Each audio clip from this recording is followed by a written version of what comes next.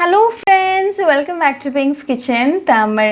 இன்னைக்கு நம்ம மசாலா கார்ன் எப்படி செய்யறதுன்னு தான் பார்க்க போறோம். இது ரொம்ப டெலிஷியஸான ஸ்நாக் ரெசிபி. இந்த ஸ்வீட் கார்ன்ல இருக்கக்கூடிய ஸ்வீட்னஸ் அப்புறமா நம்ம ஆட் பண்ணக்கூடிய மசாலால இருக்கக்கூடிய காரம் இது ரெண்டும் சேரும்போது ரொம்ப சூப்பரா இருக்கும். இத சூடா சாப்பிடும்போது எப்பவுமே ரொம்ப சூப்பரா இருக்கும். ரொம்ப ஈஸியா பண்ணிடலாம். சோ இந்த ரெசிபியை பார்க்கறதுக்கு முன்னாடி இதுக்கு தேவையான பொருட்கள் என்னென்னன்னு பார்த்துட்டு வந்துடலாம். ஒரு மிக்சிங் பவுலில் ஒரு அரை கப் அளவுக்கு கார்னை வேக வச்சு இதில் சேர்த்துருங்க. இந்த கார்ன் கர்னல்ஸ் எல்லாம் நல்லா பாயில் ஆகி நல்லா சூடாக இருக்கணும். இப்போ இது கூட 1/4 டீஸ்பூன் அளவுக்கு உப்பு சேர்த்துக்கோங்க. நீங்கள் இதை வேக வைக்கும்போதே உப்பு சேர்த்துருந்தீங்கன்னா கவனமாக சேர்த்துக்கோங்க. இது கூட ஒரு 1/4 டீஸ்பூன் அளவுக்கு மிளகாத்தூள். உங்கள் ஸ்பைஸ் லெவல்ஸ்க்கு ஏற்றாப்புல இந்த மிளகாத்தூளோட குவான்டிட்டியை கூடவோ குறைக்கவோ நீங்கள் செஞ்சுக்கலாம்.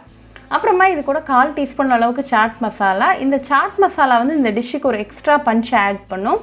இப்போ எல்லா மசாலாவையும் நல்லா கலந்து விட்டுடலாம். இந்த மசாலா எல்லாம் சமமாக பரவுற மாதிரி நல்லா கலந்து விட்டுக்கோங்க.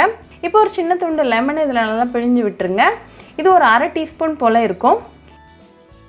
இதையும் அகெயின் நல்லா மிக்ஸ் பண்ணி விட்டுருங்க.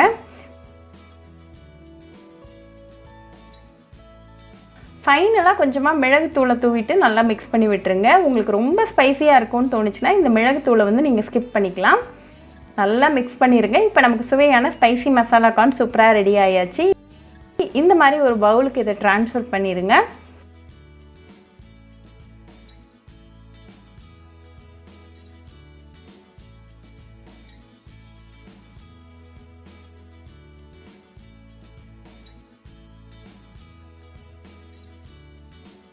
இதை இப்போ நல்லா சூடாக சர்வ் பண்ணி உங்கள் ஃபேமிலி அண்ட் ஃப்ரெண்ட்ஸ் கூட என்ஜாய் பண்ணுங்கள். ரொம்பவே ஈஸி, டெலிஷியஸ் அண்ட் இன்ஸ்டன்டான ரெசிபி. ஸோ கண்டிப்பாக இந்த மசாலா கார்ன் ரெசிபி உங்கள் வீட்டில் ட்ரை பண்ணி பாருங்கள். ட்ரை பண்ணிவிட்டு எப்படி இருந்துச்சுன்னு எனக்கு கமெண்ட்ஸில் சொல்லுங்கள். இன்னொரு சூப்பரான ரெசிபியோட உங்களை பார்க்குற வரைக்கும் பாய் ஃப்ரெண்ட்ஸ்.